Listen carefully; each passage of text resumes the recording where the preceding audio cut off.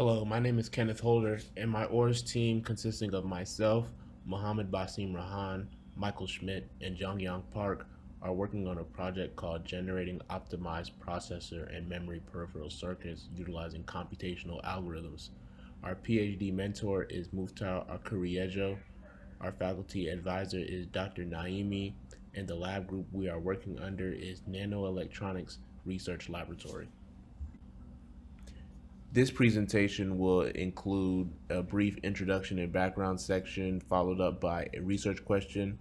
We will then present the methods that we used to reach the results that we got, and then we will talk about those results and then wrap up the presentation with conclusions and future plans. As time goes on, the complexity of circuit design increases and the number of parameters to be optimized also increases, so parameter optimization becomes a prevalent issue.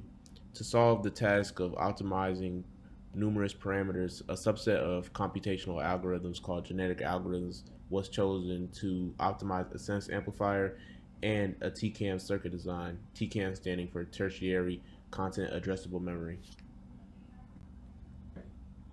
Genetic algorithms are a subset of evolutionary computational algorithms that are inspired by the process of evolution in nature.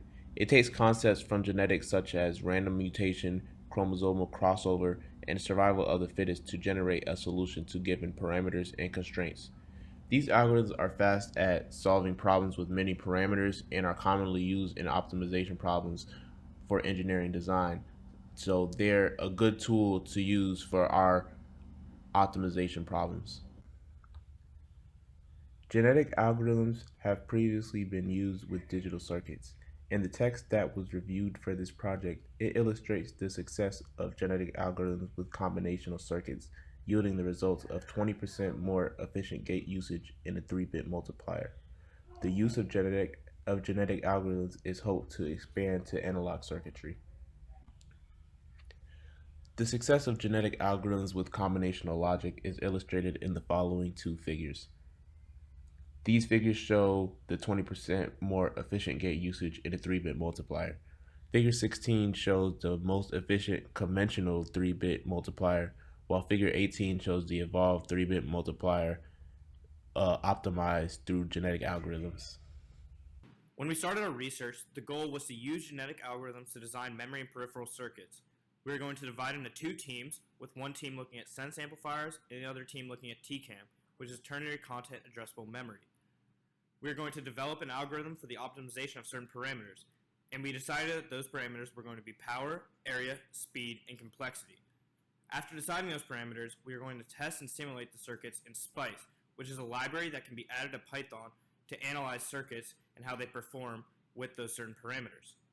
The first part of our method was to study the various applications of genetic algorithms.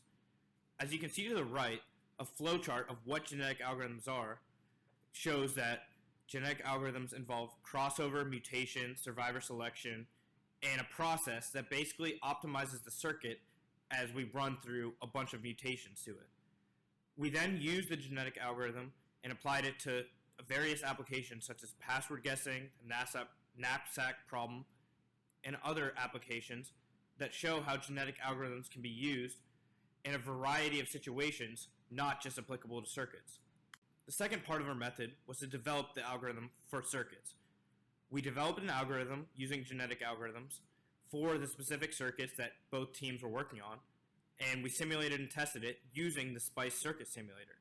We evaluated the outcomes and then compared results with those in literature to make sure that the circuits that we generated were following the basic guidelines that we had and were comparable to the original circuit and performed up to that standard with slight optimizations given the mutations that we performed on the circuits. Now we're going to go into the results of the optimizations of the two circuits that each team focused on. One team, as you can see on the left side, focused on the sense amplifier and SRAM circuit.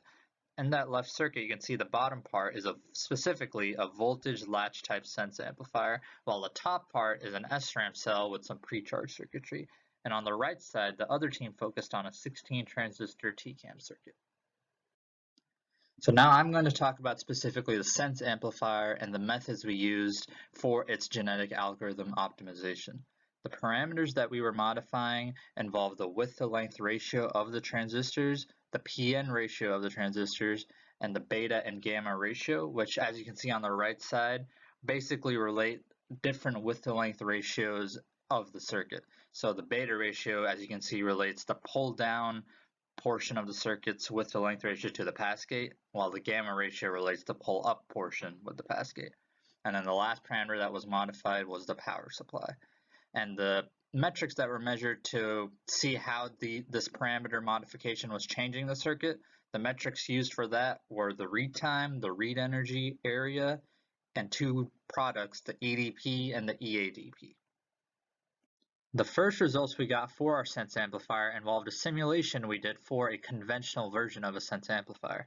On the left side, you can see some ideal waveforms for the different signals of the sense amplifier. And the main waveform to notice is the bottom one, where out latches to a high value while out bar latches to a low value when the sense amplifier is enabled.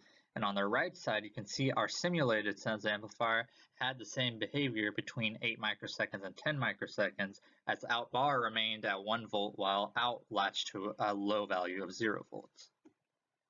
And then the results of our sense amplifier optimization through the genetic algorithm was shown through several CSV files produced that showed how the different parameters changed over time over different generations.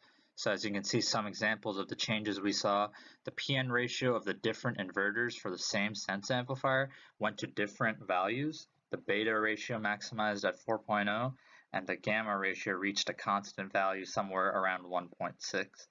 And basically, through this different parameter optimization, we saw that each metric that we measured decreased through the optimization. So on the bottom here, you can see an example of the read time decreasing from 12 nanoseconds to about 10 nanoseconds over some generations. The TCAM genetic algorithm was implemented very similarly to the sense amplifier genetic algorithm. Only the parameters of the circuit that the algorithm is changing was changed. And those parameters are the length of the NMOSes, which can vary from 50 nanometers to 200, the PN ratio, which can vary from 2 to 10, the width to length ratio, which can vary from 4 to 40, and VDD, which can vary from 0.6 volts to 1.8 volts. And the metrics that are being measured stayed the same as the sense amplifier. First, we simulated the TCAM circuit in HSpice and simulated its behavior when there is a mismatch between the storage cell data and the search line, which would cause the match line that was pre-charged to VDD to go to ground. We used the time it takes for the match line voltage to go from 90% of VDD to 10% as the read time. And we used the current that was drawn from the power supply during the fall of match line voltage to calculate the read energy. To illustrate our algorithm, we used EDAP as the fitness function, which means that a solution with a lower EDAP value would be considered fitter. For the algorithm, we used a population size of 50, and 5 of the fittest chromosomes in a population were considered the parents and crossed over to create offsprings for the next generation. And the algorithm ran for 20 generations, and the algorithm was ran for 10 times in total, but the results stayed the same each time.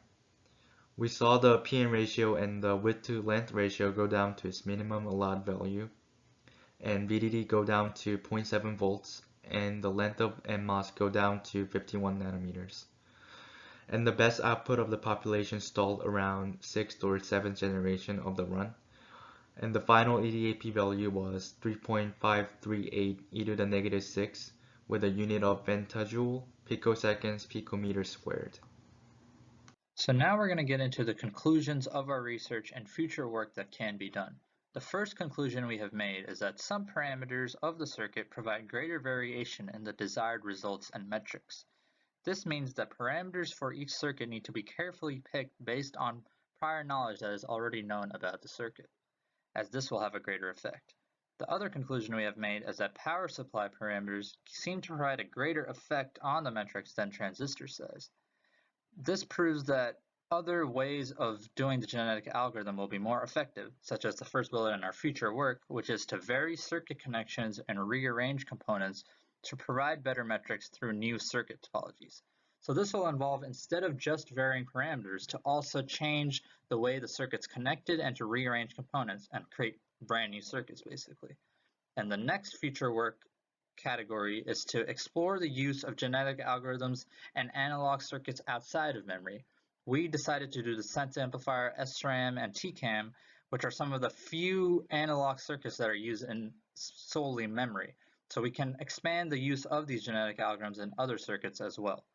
And the final future work that could be done is that we can explore different values of genetic algorithm parameters, specifically mutation rate and crossover rate. By changing how often our genetic algorithm performs mutations and crossovers, we could possibly see even better results by changing parameters even more frequently.